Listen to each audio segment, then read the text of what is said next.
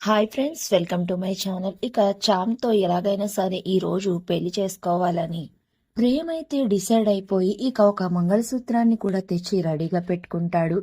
ఇక హర్ష రమాదేవి ఇద్దరు కూడా పీటల మీద కూర్చొని పూజ అయితే చేస్తూ ఉంటారు తాలికి. ఇక అప్పుడే అటుగా వెళ్తున్న చామ్ని ఆపి ప్రేమ్ అయితే అంటూ ఉంటాడు, చామ్ మనిద్దరం ఉత్తుత్తి పెళ్లి చేసుకుందాం రా రాచాం అని అయితే అడుగుతాడు. బాబు, మీరు ఇలాంటివి అన్నారంటే నేను అస్సలు ఊరుకోను అని చామంతి వెళ్ళిపోబోతూ ఉంటే, చామ్ ఇదొక్కసారికి చామ్, నేను ఇంకా నిన్ను ఏమీ అడగను అని అంటాడు. సరే అని చామంతి అయితే ఒప్పుకుంటుంది. ఇక ఒప్పుకోవడంతో ఇక చామంతిని ప్రేమ అయితే తన రూమ్కి తీసుకుని వెళ్తాడు. ఇక తీసుకుని వెళ్ళి కింద రమాదేవి హర్ష ఎలా అయితే చేస్తున్నారో పైన రూమ్లో ప్రేమ్ చామంతి కూడా పక్కపక్కనే కూర్చొని జీలకర్ర బెల్లం నెత్తి మీద పెట్టుకున్నట్టు చేతులు పెట్టుకొని కింద వాళ్ళు ఎలా చేస్తున్నారో అలానే చేస్తూ ఉంటారు.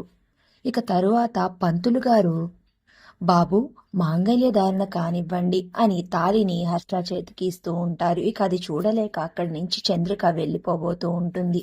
ఇక అప్పుడే రమాదేవి చంద్రికనైతే పిలుస్తుంది. చంద్రిక, చెప్పాను కదా ఈ పెళ్లి అయ్యే వరకు నువ్వు ఎక్కడికి కదలకూడదు, నా ముందే ఉండాలి అని, ఇక్కడే ఉండు అని చంద్రిక అంటూ ఉంటుంది.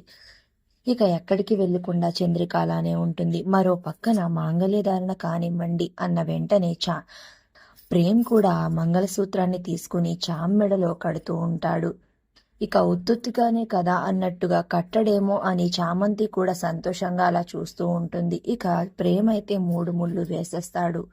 మరో పక్కన హర్ష అయితే రమాదేవి మెడలో తాలి కట్టాలా వద్దా అని తాలి పట్టుకుని ఆలోచిస్తూ ఉంటాడు. మరి ఇప్పుడు ప్రేమ్ చామ్లకు పెళ్లి అయిపోయింది. ఇప్పుడు కథ ఎటువైపు మలుపు తిరగనుంది అనేది నెక్స్ట్ రివ్యూలో తెలుసు.